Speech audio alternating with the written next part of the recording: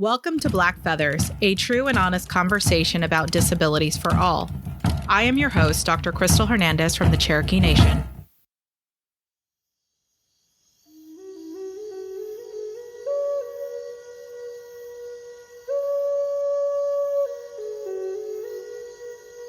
Our ancestors believed in the medicine wheel and circle of life. When you fit one upon the other, you will see your world in its true form, releasing tears of joy as in ceremony. Everything had a rhyme and a reason for doing what we did over countless centuries of honing and practicing. It was living in sync with the natural processes. Tony Ten Fingers, Ulaga Lakota.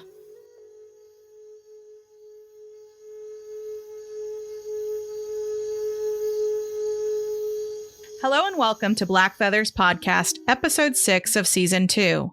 We are so honored to welcome Miss Betty Wharton, the Director of the Choctaw Nation Healthy Aging Program.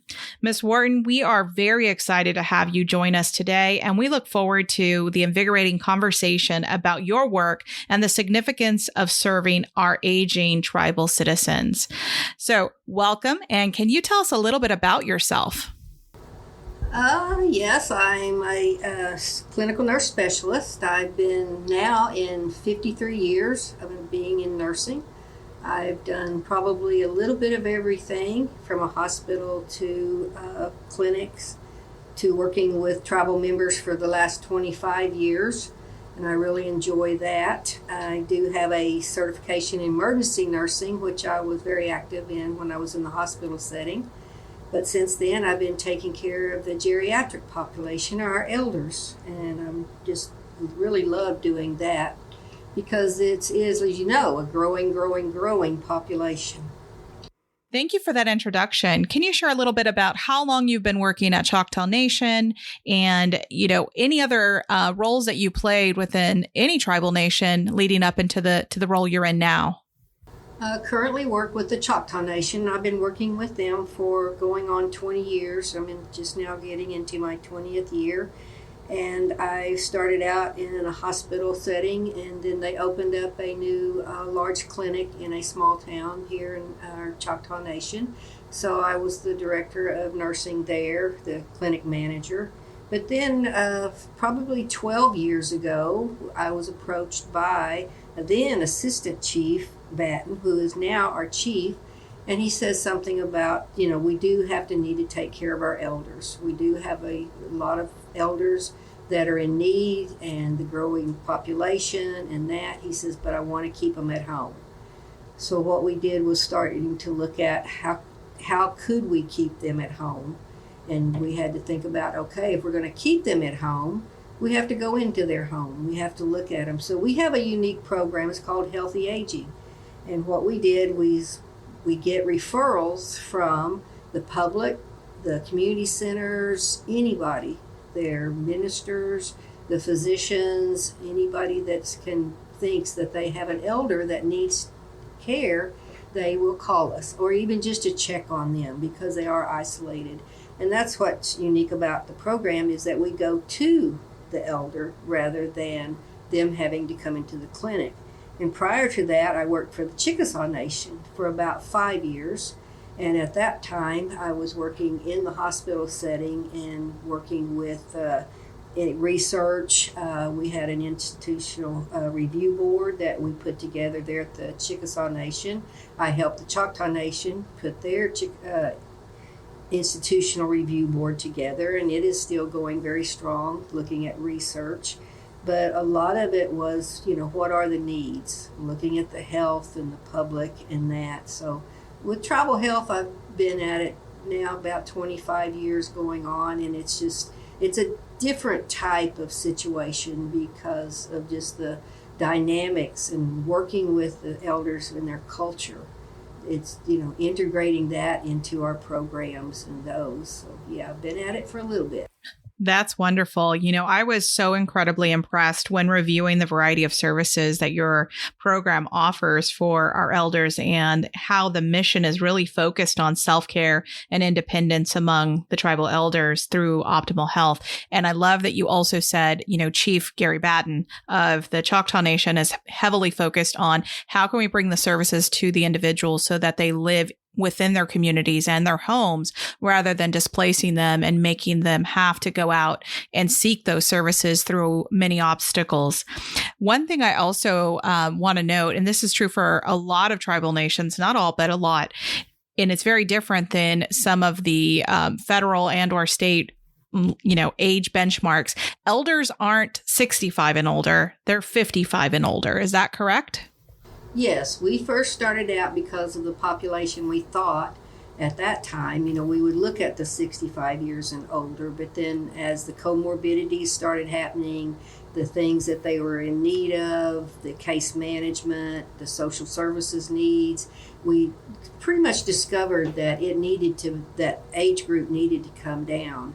And that's what's unique too a little bit about the program is that we not only look at the 55 and older, but the comorbidities and some of the situations of the younger population with their disabilities, when they become disabled and not able to care for themselves. We had a really good track record, and so we incorporated now helping those people who need things, getting their social services, their support systems, and anything, the social determinants of health. We work with housing. It's just a real large bubble that we just keep adding to. So now, yes, the elders are 55 and older, but there are needs in that age group down below. Absolutely. You mentioned co-occurring conditions. You talked about social determinants of health. And, when we look at our tribal folks, we see a disproportionate number of individuals with a lot of those co-occurring conditions and also some of those longstanding, generational types of illnesses and things that we kind of deal with. And I love to see that tribes and tribal health systems are focusing on preventative medicine, are focusing on integration of our traditions and our customs into traditional medicines and into science and kind of bridging all of those worlds together and looking at ways that we can give people tools and resources and take care of things that we hadn't taken care of historically because we maybe didn't know about it or didn't know the resources were out there or how to navigate the resources.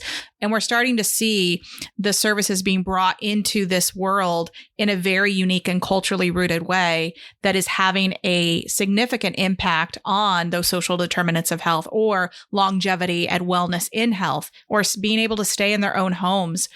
So that's fantastic. I looked at the program list and I'll tell you, we'll go into each one, but it was just so amazing to see that it was so thought out in terms of the way that it was structured and planned because lives are so complex and there are different needs. And so one of the things that I thought was really neat, you mentioned nursing. Some of the nursing programs that you bring in and wellness. Can you tell us how those typically work for the individual served? Well, what we do first when we get a referral, we call it a referral. We get a referral, or like I said, it could be from anybody. It could be a public person, their neighbor, anybody. It could be by telephone. It doesn't have to be a set application or anything like that. They just give us a call or we get a notification that this elder has some issues and it says elder needing assistance. Well, sometimes they may not describe what the elder needs. So that's why we work to get out to the elder when they're home so we can see. Because too, sometimes when they come to the clinic, they're in a situation and they're at a timed frame where they think, okay, I've got 15 minutes to talk to my provider at that point. And you do ask them about, what's your home situation? What is going on? Do you have water? Do you have electricity? Do you have these things? But sometimes you don't get a true, clear picture of what's going on exactly in that elder's situation. So that it gives us a unique perspective because we do try to see them within the first 24 to 48 hours, depending upon what stage of the week you're in. And we see exactly, what their situation is. Houses, a lot of their elders, yes, they have houses, but, in what type of condition are their house in? And it's not because of anything. It's just, it is what it is, because sometimes as you grow older, you don't get the chance to keep your house in a situation that, makes it safe, or you can't repair it, or you just, don't have those resources, like you said. So we see what their environment looks like. What's their safety going on? What is their water situation? What is their food situation? Do they have electricity? Do they have transportation? And sometimes that affects about, their health and trying to keep them in their home at that point. And pretty good with our program, I'm proud to say, we have kept the elders out of the nursing home. I can count on one hand the amount of people that we've had to actually put into a nursing home and could not keep them in their home. But yeah, looking at that situation where they're at gives us a better perspective of what we need to do and how we can help them and get them in contact. Our social services navigators, that's what they do. They help navigate that elder through their support systems, through their resources, through some of the federal government or through the Choctaw Nation in per se. Sometimes they may not know the programs within the Choctaw Nation that would help them and benefit them at that point. So they help them with applications for all of these services and how they can meet it, and do they get, did they meet it? And we, sometimes you make it situation where, okay, how can I get these services?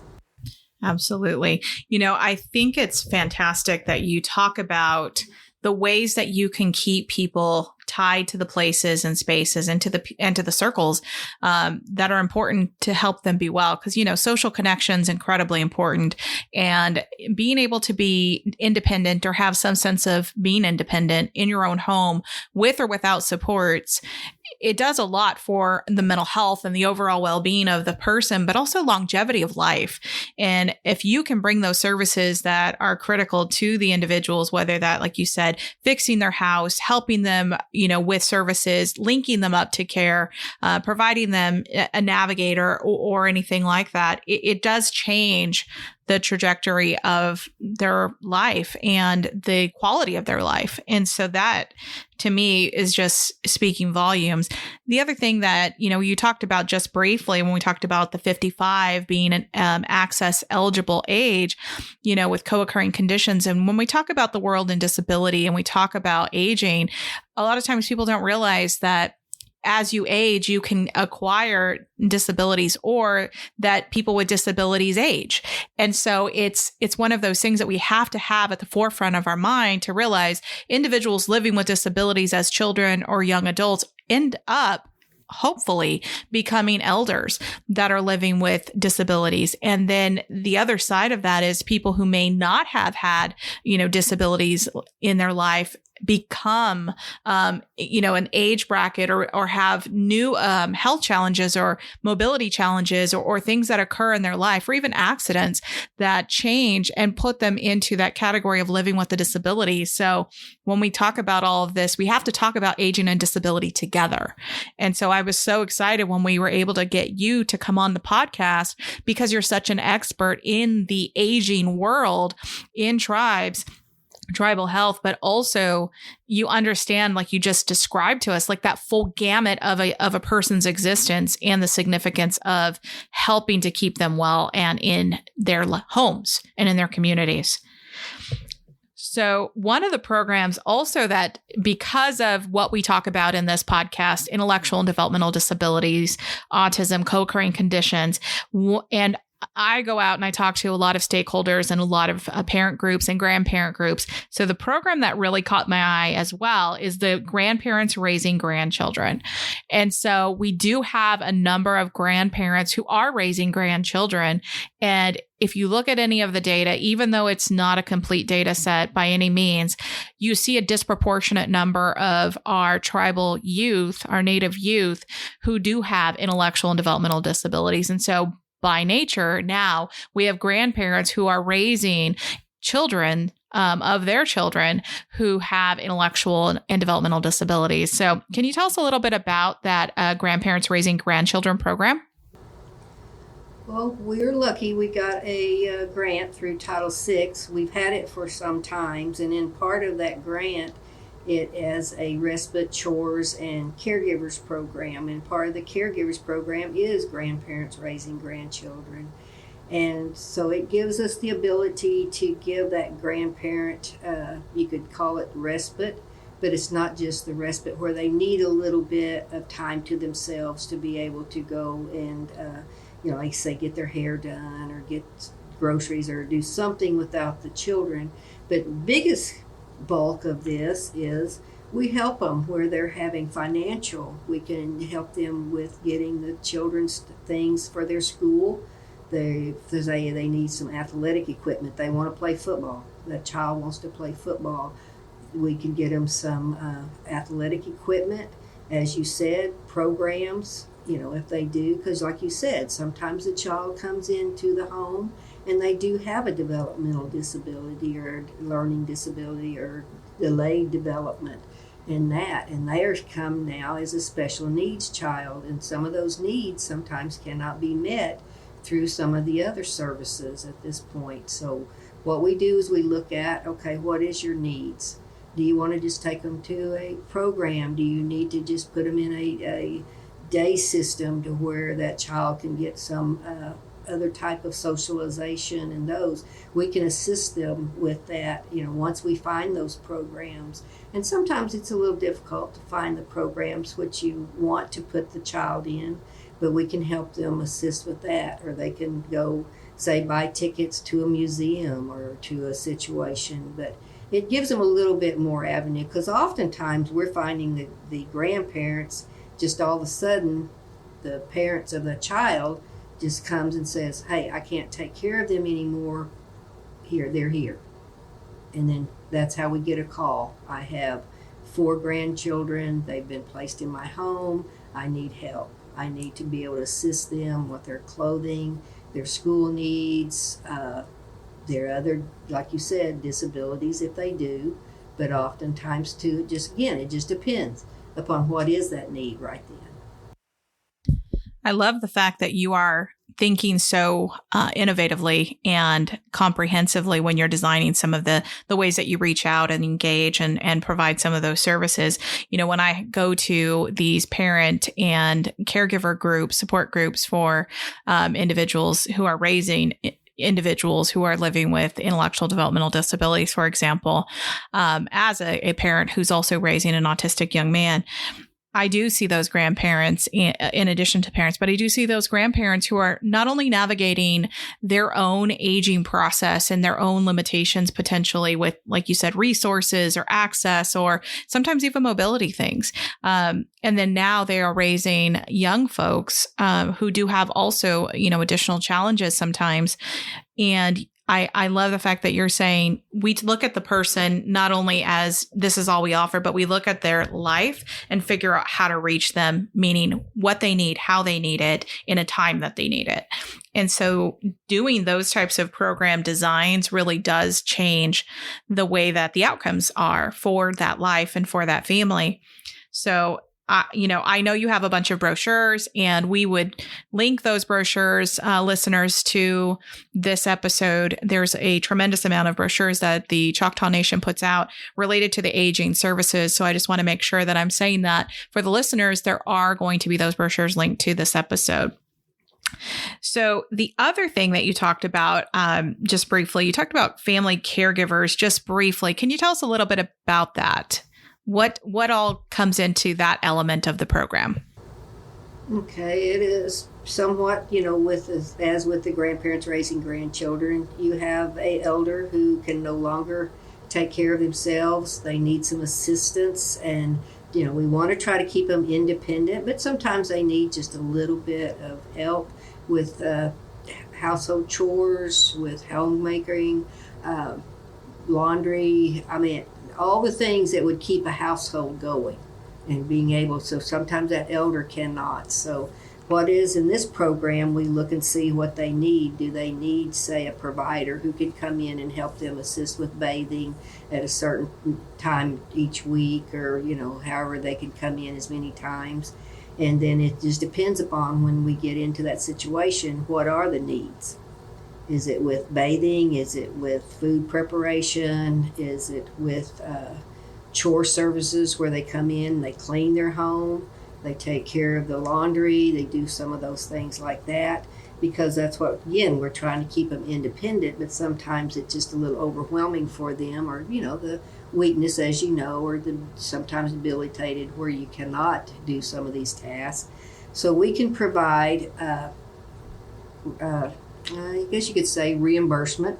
We can pay for so much time that they come in a quarter. That's, the 3 months can come in and do these services for the elder. It could be lawn work. It could be, just think of anything that would keep that home going, anything that would keep that elder in there to where their needs are at that point. And that's what we'll do with that. And it is broken down with, like I said, we've got respite there, we've got the caregivers there, we have chores, which depends upon which our monies are divided out in that. So it just depends on what we find when we get there. And we look at their activity of daily living, what they can accomplish, what they can accomplish, and to help them assist, trying to find some help in that way and provide some, monetarily assistance for that provider to come in and do that care. That's excellent. So if they know somebody, it sounds like, so if they have people that they feel comfortable with having caregiver relationships with, they basically go through this program and sign up. And what if they don't know those types of people? Do you all assist them in helping to find quality caregivers if they don't have somebody?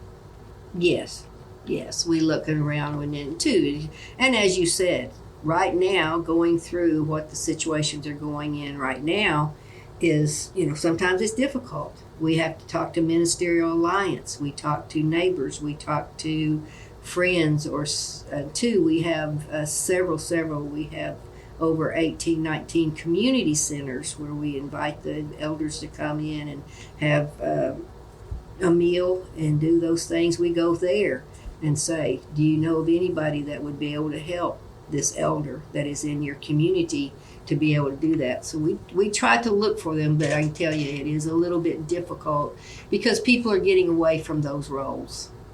Yes. I know, finding a quality caregiver is very difficult for a lot of people. And it sounds like one of the biggest barriers, outside of the tribe system and sometimes within certain nations is the money that it takes to pay a quality caregiver, because some places don't pay enough. And so the people that are great caregivers, they just can't survive off that type of income. And so it sounds like you're really kind of taking a look at how we can be creative and innovative with getting those quality humans to help come into the lives of our elders to really bring joy and to help them with some of the things that they might need help with, just so that they can remain independent or semi-independent, or as independent as possible. So I think that's great that you're looking at all of those things. There was also, looking at the brochures, there was one brochure, and I was hoping to learn a little bit more about it, because I know this is a newer kind of practice that a lot of, states, counties, cities, and some federal initiatives are kind of taking as well. So I'd love to hear how Choctaw Nation is doing this. The Money Follows the Person initiative. So what does that mean? Well, the Money Follows the Person it's now sort of a hybrid situation. It's been around for several years, and it was what we call, when we talked about Medicaid. Medicaid in Oklahoma is called Sooner Care, but it was Medicaid situation, and it talks about looking at the amount of money that they could put to get a person out of a nursing home. That was what their initiative was originally, was a person who is in a nursing home, is there a way that we can reintegrate them back into their home? If we had to do home modifications to make it safe, do we need ramps? Do we need showers? Do we need those type? And then two, do they need durable medical equipment to be in their home? But at that point, oftentimes a person who's placed in a nursing home or an extended care facility is there because of safety issues. So when they did that, they, thought that would be a good idea, but it didn't go off as well as possible. So what they did is they hybrid it. So now they've opened it up to the tribal services, and it's also opened it up to the states, that they've changed it to where, we're looking at the elders, anybody over the age of 55 at that point, and people with disabilities until they're like 19 and over, where they can do home modifications and do help with transportation, durable medical equipment. And two, that's what their focus is keeping them at home. Because, when they go into a nursing home, they are being paid by Medicaid oftentimes when the patient or the elder or the disabled person doesn't have the funds to be able to do it. So it was that initiative to try to see, could we lower those costs on the federal government of trying to keep those people at home. And so that's what they tried to do, was integrate them and get them back home. But now they've opened it up where our program, we have tribal members. They do have to be on that Medicaid system, but in need. They have their activity daily livings that's not well. They look at what we call ADLs, as the activity daily living, and to see, can they manage it? Would a wheelchair, would a walker, would a walk-in shower be really good? We can also have lawn care. We have vouchers where you can get transportation to getting back and forth, because one of the biggest issues, as you know, in that social determinants is transportation, and that is one of our biggest problems, even in our program, and I just might as well say all over in elder care, is their transportation back and forth.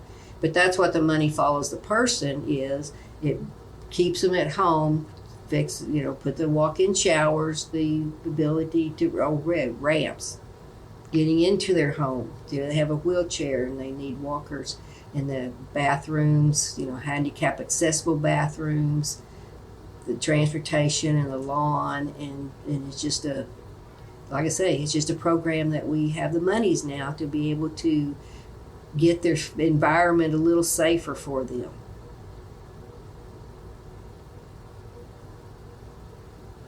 That's excellent.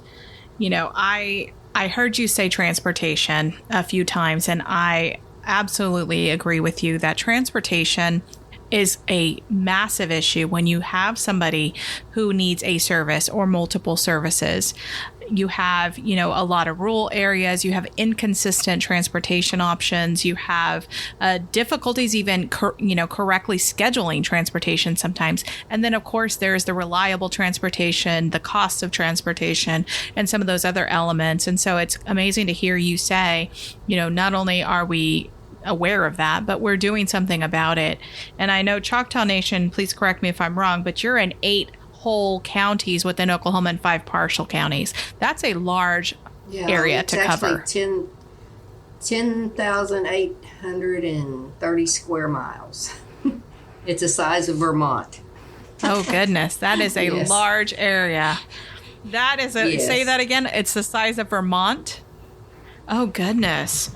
That is a large area. And so when we talk about all these services and we talked about transportation, can you just kind of, in that large Vermont's, mile count, can you just tell us, where are you located? Where are your biggest centers or service structures located? And are you in all of those counties? We're actually 10 and a half counties, and we're in southeast Oklahoma if you sort of quartered it off and went a little further down, the 10 and a half counties that are in the southeast corner of Oklahoma. It's a mountainous area, and you can't get from the southeast to the northwest going straight. You have to go around at that point. And then two, we are very rural. Some of the areas, particularly in the southeastern portion, we're rural, very pine woods, lakes. We have, if you were to say a square, if you're talking about the northeast corner, we have Poto, which, again, we have small communities and we have larger communities. Largest community would be Poto, and then we have McAllister in the northwest, and then we have Durant in the southwest, and then we have Broken Bow and Idabel, which are rural in the southeast. But it is difficult because, again, those are the centers, those are the larger metropolitan areas, if you want to call them metropolitan areas. They are large cities at that point.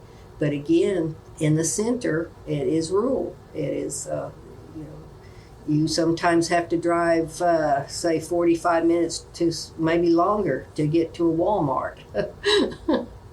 So, yeah. Yeah.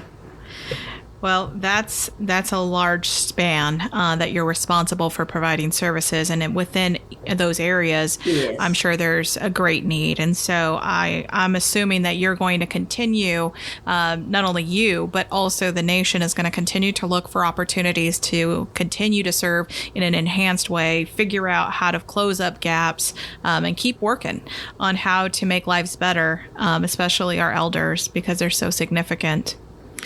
So the other thing, shifting gears a little bit, you mentioned all the experience that you have working in the aging services population. And so I'm just, from your perspective, what do you think the trends are that we're seeing with our aging population, health-wise, socially, or anything else? Are you seeing any trends emerge? Well, I can see some that they are starting to recognize that, our elder population is going to grow, and it's just continue to grow at this point, and it's going to be something that, we just can't sit back on the burner and think about, okay, what are we going to do? At least they're looking at this and saying, okay, we are going to have this elder population. So they're starting to take notice, and they're talking and thinking about the food availability, the transportation, what are the resources that we can do. And a lot of the resources are now starting to focus on that aged population and what they need, and starting to think about it. But it's been around. That's the issue. We've been talking about transportation, for some time. We've been talking about food availability for some time. And I see it is trending towards it. Yes, we have the need, but again, how are we going to reach those goals? And it is a little bit disconcerting sometimes. You think, well, can we at this point? So I guess I don't have the answer. I wish I did at this point. Yes. Lofty goals, right? When we're serving people, like lofty goals. When we look at the significance of what elders represent and the role that they play in our culture and within our nations and our families and communities, it's such an incredible thing when you can, I'm sure you can get that reward of giving back and working with the folks who really pave the way and who are the keepers of the knowledge and the traditions. And they're the folks that should be, respected and cared for and, listened to and, given to, in terms of the respect and those services. And I love that you bring out the fact that all these programs intersect. And so you talk about, the other departments or the other programs within the nation, but also the collaboration. I heard you mention, other tribes, and I heard you mention the state, and I heard you mention, some of the other organizations and groups. And that's a big thing, is realizing that no one can do it by themselves. There is not one organization or one program that can do all things and be all things for all people. And so if you had to look at kind of a wish list, if you will, what is on your wish list to make these services and the folks that you are serving to make it bigger, better, whatever we want to call it? What's on your wish list? Oh, goodness. It would be long. Because, like you said, the recognition that, because we get into the elders and they start to age, and as you brought up earlier, their disability services, that, they are going to increase in their disabilities. And there's barriers to trying to do that because, like you, oh goodness. Take your time. Take your time. I'm just thinking, there's all these things running through my head, is that, we are starting to recognize it. But again, I think we just scratched the surface, and trying to do that, it's just, what's the next step further? Because I know I've sat with many times, because the tribes do get together and we talk about it, and there is that emphasis when you're talking about the goals is we've got to keep the culture. Right. We didn't really talk about the culture. We've got to keep it going. We don't want to get to that point till we look back and say, where did that go? Where did the language go? Where did our stories go? Where did our medicine go? I mean, all those things, and all of a sudden it's there when we are trying to improve it. We've got to keep all those efforts together. But like you said, the transportation, the goodness. Yeah. I'm just wish list can be very I know long, right? it could, yes, because I look at sometimes their living conditions and I think, oh my God, I want to take this little man and I just want to take him and put him in a safe, warm home, and he's not having to do some of the things that he's doing, and living without electricity and living without running water, and but that is their way of life. He loves it. I mean, his thoughts of what he needs and my thoughts of what he needs are two different things. I've been in those situations, absolutely, where you as the professional come in and you think, they need X, Y, and Z, and the person's like, no, I actually need, A, B, and C. And so we have to be responsive, right, to the individual, their wishes, their needs, and all of those things. But at the same time, too, we also have to say, well, these are some of the standards. These are some of the elements that we can't really kind of bend on, right? So it's like a fine balance between the worlds and between the sometimes competing obligations and wishes.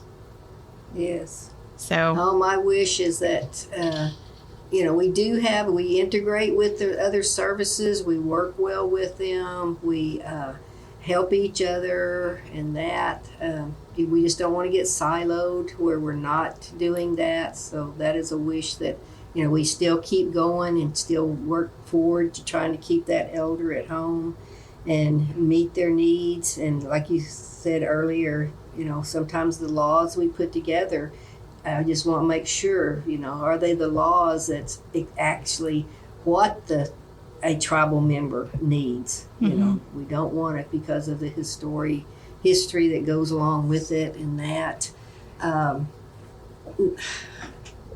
and I don't want to get off on that tangent. Well, I mean, that leads to a curious area. When we talk about, what do we do and what does the future look like? And you mentioned laws and statutes and codes and things like that. Yes. So what are some things that, when we're looking at the aging service structure and we're looking at elder treatment and culture, what are some things that we should be advocating for?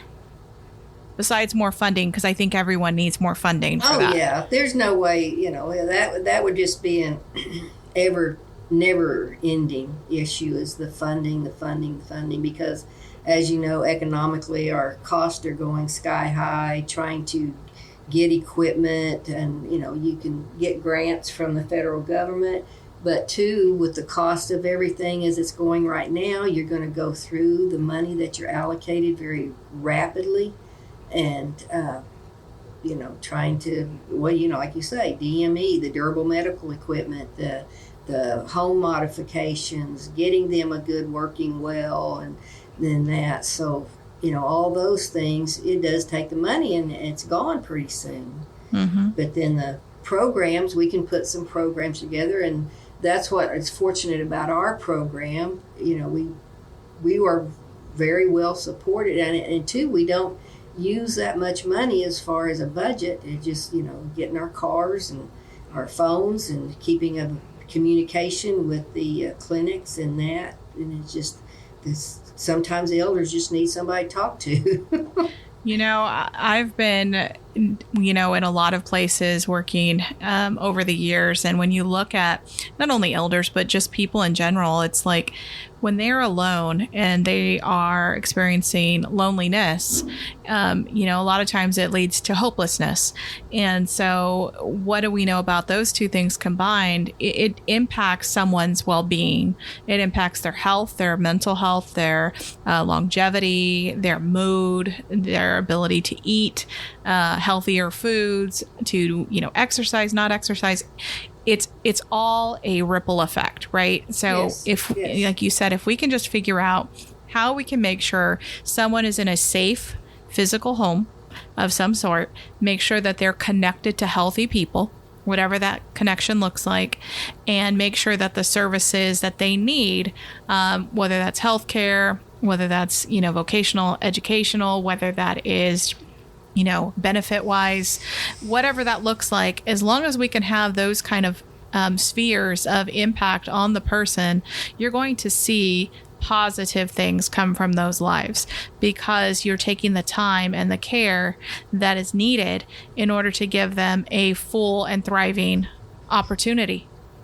And so I think that's amazing that, you have this long wish list, and you talk about how you do a lot with very little, and you make it stretch and you make it work. And, we wish funding was more and more and more all over the place when it comes to all types of services.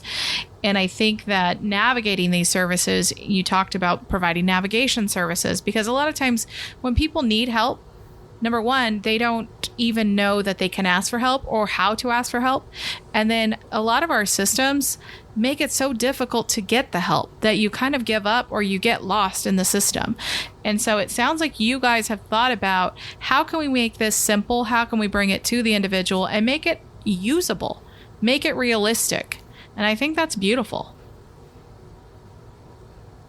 Yeah, because oftentimes, like you said, the isolation and just seeing and having some conversation with somebody and encouraging them to get involved and have, like you said, the caregiver or somebody come and check on them, and that the communication services is a big portion of the ability for that. I guess that would be a wish list, would be, improve the communication services that they can have sometimes, and that, and then again, if they are isolated, get them involved, and just somebody to check on them at that point within their community. And those like you said, sometimes though, on our elders, they kind of like being a little bit away from the hustle and bustle of what they see now as changes. They're used to that more, how do you want to call it, laid back atmosphere sometimes. They want to be away a little bit from the hustle and bustle. But yeah, the transportation would be my big issue right now, the food availability, because sometimes, again, but it's all tied. We have ability, we have the food that's there, we have the food distribution, we have the community centers who feed them, and the ability to do that. It's just sometimes getting them there. Right. And it's all tied a little bit around that whole situation there. Because I wish I had a really good wish list. You need to make me a wish list. I know. When we finish this episode, I guarantee you're going to stop and think and go, man, I never thought about what a wish list looks like because I'm so busy dealing with the realities, right, of what we have to do. But, sometimes when we dream big, it helps us kind of set the tone for what we're trying to achieve, and maybe it invigorates people around us to reach a little bit higher and to speak a little bit louder about some of the things that we need, so that folks do get everything that they need, or at least what they need to survive and thrive. So is there anything that I didn't ask you about your program, your experience, that you think is important to include?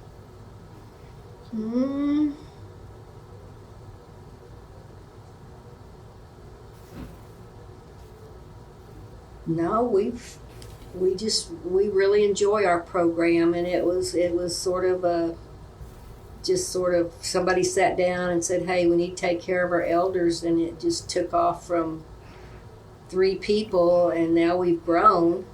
They keep saying, my staff keeps saying, we need more, and I say, I understand that, but it goes to that funding.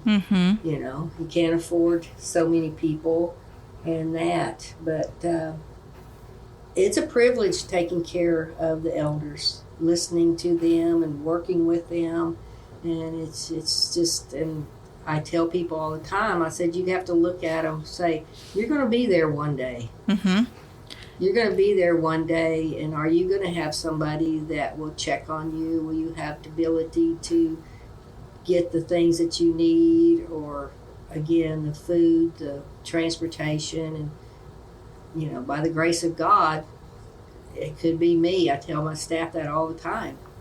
You know, it's been a really privilege. It's just a really great privilege that they asked me to do this, and this program's grown, and yeah, it's just, but you know, you find this elders in these situations, and like I said, you want to take them up and take care of them. Yeah. You know, I think your heart shows immensely, and you are the perfect person for such a critical job, you know, helping and wrapping around and really elevating. But you're doing it not only from your clinical training and your experience, but like your heart really does show. And that's what people need. That. People need to know that they're cared about. People need to know that they're seen and that they matter. And I think you're doing that. And so I can't thank you enough. Just, you know, like you said, we're all going to be there one day, but we also all have loved ones who are already there, who have been there. And so I think we all need to come together and realize that we play a critical role in helping to keep our people well, keeping them together, but also keeping the future going, because they are our legacy. They are paving the way, and you know, opening those doors and bringing those stories and that culture and that richness from everything that's happened into the future. And so we have to do our part to make sure that we preserve not only those stories, those legacies, and that culture, but the keepers of those things. Oh yeah, they're going to shape our future. That's the thing about it. And when you look at that elder, you know, they've been through a lot, and they are still going to shape that future when they, you know, share those experiences and share those things that they've gone through, and just, you know, encourage. I noticed we didn't talk about the adolescents a lot, but a lot of the adolescents are wanting to get back into that culture. You know, they sort of strayed away from a little bit, but now they're coming back. They want to know those stories. They want to know that tribal traditions and everything like that. And it's good to see. It's really good to see that youth coming about, wanting to save some of these traditions that we have. That is definitely those full circle moments. You know, we have seen a lot of the nations take on initiatives about, you know, language keeping and reviving storytelling and enhancing storytelling platforms. You know, we see media and we see elders being recorded so that we can keep those stories. We see lots of remerging interest, like you said, from the youth. And it's a beautiful thing to see, because that's where we need to see it, because they are going to carry it forward, and they're going to be the keepers, and they're going to pass that on, and that circle's going to continue. That is true. That is true. Absolutely. You still got me here thinking about my wish list. That wish list, you know, once you think about it, you're going to realize there's so many things that you wish. Oh, I could sit here to grow our program and that, because, you know, we've got lots of ideas of how, but, you know, again, you're stuck with the funding, and you don't want to throw funding at it all the time. Just the ability to possibly do some of the things, because we know the funding's not going to be there, because it's, you know, it's being used, and it has to be used for other things. But it's just, yeah. Absolutely. Funding is not enough, and it's not, you know, unlimited. So we have to figure out how to do the most with what we have, and then advocate for more when we can. So, yeah, absolutely. And think outside the box. And think outside the box, yes. I'm a big advocate of think outside the box. Don't say, you know, somebody says you can't do it. You know, rethink. How could we do it? You know, that's kind of funny. It's one of the things that sits on my desk. It says, don't meet them with a no, meet them with a let's figure this out instead. Yeah. And so I'm a big advocate of that too. We have to figure out ways to get the things done that are necessary to get done. And it means being creative. It means leaning on one another and working together and figuring out how we can get to a yes rather than an immediate no, even if it's difficult. Yeah. Well, thank you so much for sharing your invaluable insights and your generous gifts. Like I said, you serve from your heart, and it shows. It's been an absolute honor to have you join us today. Well, thank you. It's been my honor to be here.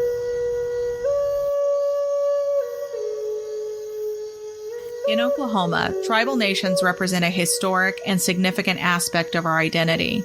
We strongly advocate for increased participation of tribal citizens on oversight boards, coalitions, committees, and in roles that influence the direction of disability services and policy. By embracing the wisdom and the perspective of tribal citizens and nations, we can ensure that the services provided are culturally sensitive, inclusive, and effective. This collaboration and collaborative approach not only honors the rich heritage and unique insights of tribal nations, but also fosters a more equitable and just society for all. Moreover, it empowers communities to have a direct impact on decisions that affect our lives, promoting a sense of ownership and partnership in policymaking and crafting of laws. As we move forward, it is essential to continue building bridges of understanding and cooperation, creating a future where every voice is heard and valued, loudly and forever.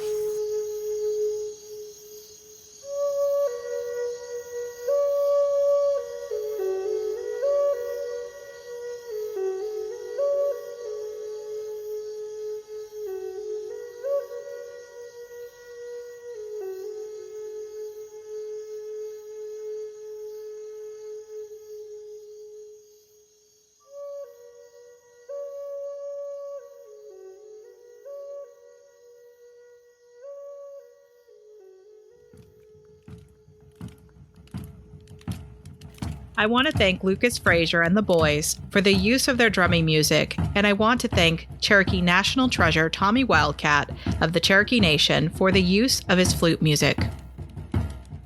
Season 2 of Black Feathers podcast is focused on Oklahoma, spearheaded by the State of the States in Intellectual and Developmental Disabilities and funded by the Developmental Disability Council of Oklahoma.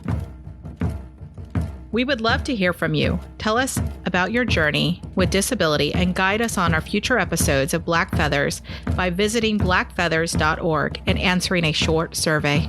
We hope that you will listen, subscribe, and provide rating and reviews. We want to thank our listeners. Please follow us on X, Facebook, and LinkedIn. You can get resources and information about this podcast at blackfeathers.org. Remember, none of us walk alone. Together we are stronger, and it is the roots that bind us.